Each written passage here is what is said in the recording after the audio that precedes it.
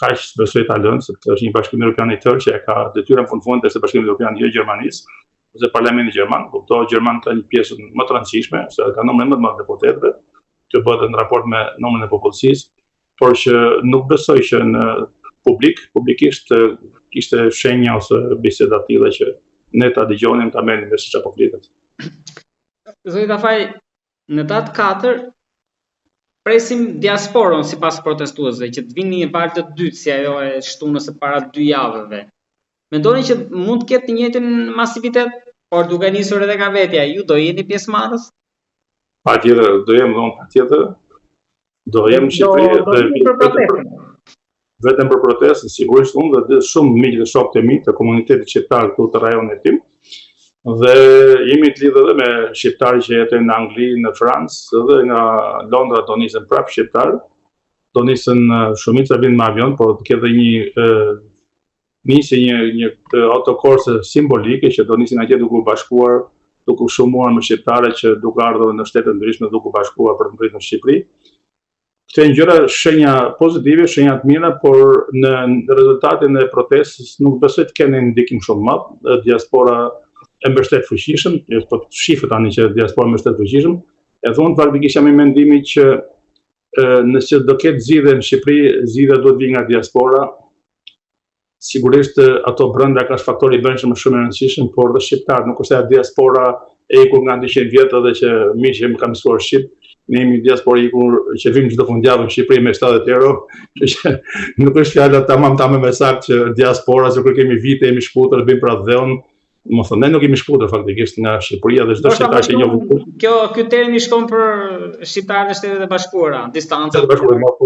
Diaspora është edhe sidomos para shumë viteve që edhe në kohën e diktaturës ose pjesa e kosovarëve që iku i thonin diaspora, po këtu janë shqiptarë, janë mjek, janë inxhinier, janë njerëz që vinë shpesh në Shqipëri dhe që pothuajse kanë si për fundjavë pushime. Nëse ju ikni me pushime diku tjetër jashtë Shqipërisë, ne vim me pushime në Shqipëri, kështu që po si do të qoftë zgjidhja do të vi nga diaspora, ma merr mendja mua që sepse shumica e njerëzve që jetojnë këtu, ato që kanë më shumë kohë, të mi po këto që vinë 3-4 vjet e fundit, këto që janë me familje, fëmijët e tyre janë shkolluar këtu, flasin shumë gjuhë të huaja, janë njerëz të integruar, ka dhe shumë shqiptarë të zot në komunitetin ku jam unë, ka dhe shumë shqiptarë të zot janë me të vërtetë janë për tu admiruar për inteligjencën që kanë, për aftësinë në profesionin e tyre.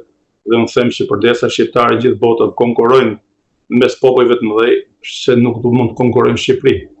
Nuk është për keq, për ta marrë për të keq se erdhen këto nga jashtë na drejtojnë, por mentaliteti i punës, korrektesës, qëndrimi ndaj pronës, ndaj drejtësisë është komplet ndryshe. Domethënë, unë kur kam ardhur kam shumë 30 sa vite këtu, edhe thjesht tërçisht pa radhë këtu, ndihesh jashtëzakonisht keq. Bësh një veprim elementar ta bësh jashtë radhës, ndihesh jashtëzakonisht keq. Të bëjnë të tjerë që të ndihesh keq. Jo të shkojmë mendja të bësh korrupsion ose të bësh kështu që sigurisht je shumë elementare. Pastaj unë për shembull kam dhe në rastin tim, unë kam punuar shumë vite si përkthyes dhe sistemin e drejtësisë dhe kam përvojë pafund.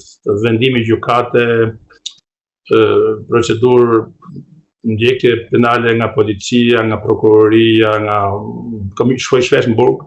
Edhe sot kam qenë në burg, ju po kthej shqiptarëve, më paguon shteti, kuptohet e gjykata. Kam i përvojë shumë madhe, kështu që ai nocioni i drejtësisë këtu është absolutisht tjetër nga ajo që bëhet në Shqipëri. Zoti Tafaj, me që dollet e drejtësia për ta mbyllur me këtë, a dështoi SPAK-u për ta ndëruar të klasë politike? Akoma, besoj ka dhe pak kohë SPAK-u për të thënë që ka dështuar, po sigurisht ato që janë SPAK, ata janë shqiptar. Dhe çdo shqiptar është i ndikueshëm. Besoj që po punojnë më shumë, ndoshta mund ta kenë nga kontrolli për njëri tjetrin, por që aty është mentaliteti është i njëjtë, punon prokurori, punon president, punon kryeministër, aty janë. Unë nuk besoj që ka dështuar, duhet besoj që SPAK-u po e bën punën, sigurisht edhe shumë i ngarkuar dhe them që qeveria shqiptare duhet në fundit ta shpallë të pavarur SPAK-un, sepse duhet të jetë pavarur financiarisht, prokurorët duhet të kenë mbrojtje nga shteti, jeta fizike e tyre të mbrojtur dhe familjet e tyre. duhet paguhen mirë dhe duhet t'i lënë Për të paguar, më duket se janë të parat në rajon, në mos gaboj, po. Rëndësi ka që neve ja vlen më shumë fitim kemi që ato i paguajnë mirë dhe thot miliarda tjera që na janë marrë, na janë vjedhur, na kthehen mbrapsht. Kështu që nuk e gjen gjë Shqipërinë që paguajnë mirë prokurorët, sikur dhe të jetojnë në vilat ju japësh, ato ja vlen sepse në fund ja vlen se çmimi më i lartë është drejtësia, nuk është paraja. Duhet vend drejtësi. Dhe sidomos do të fillojnë nga politikanët, po është ajo drejta e parlamentit, drejtën ligjore që kanë deputetët, që asnjë deputet nuk sharron në degën kur është ulur ose në karrin kur është ulur, kjo është normale.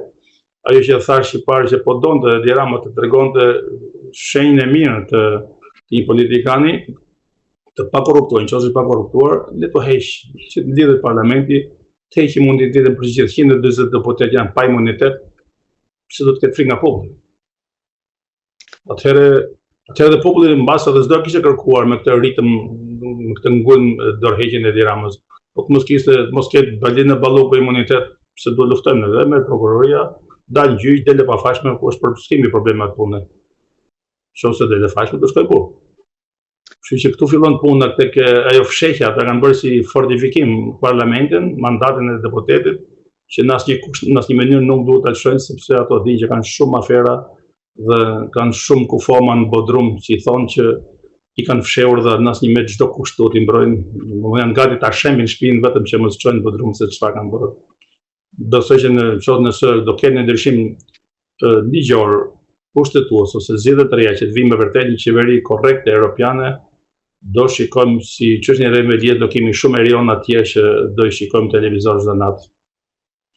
Me sa kam lexuar, se kam dëgjuar që një pjesë e mirë e Brexitit shqiptar është shitur tashme, projektet janë bërë dhe për 10 vite të ardhshme, kështu që keni fjalë për librin Albanian Files?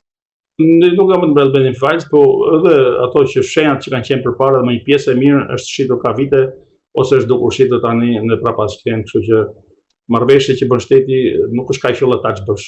Nuk është e vërtetë që thonë njerëzit e çojmë gjyqje me këtë, sepse në fund qeveria është legjitime, nëse qeveria bën një marrëveshje me një privat, ndyshe po të hedh gjyq mund t'ja marrësh me forcë ti, po çdo gjykatar ndërkombëtar do jetë të drejtë aty, sepse shteti ka qenë legjitim. Është qeveria e zgjedhur.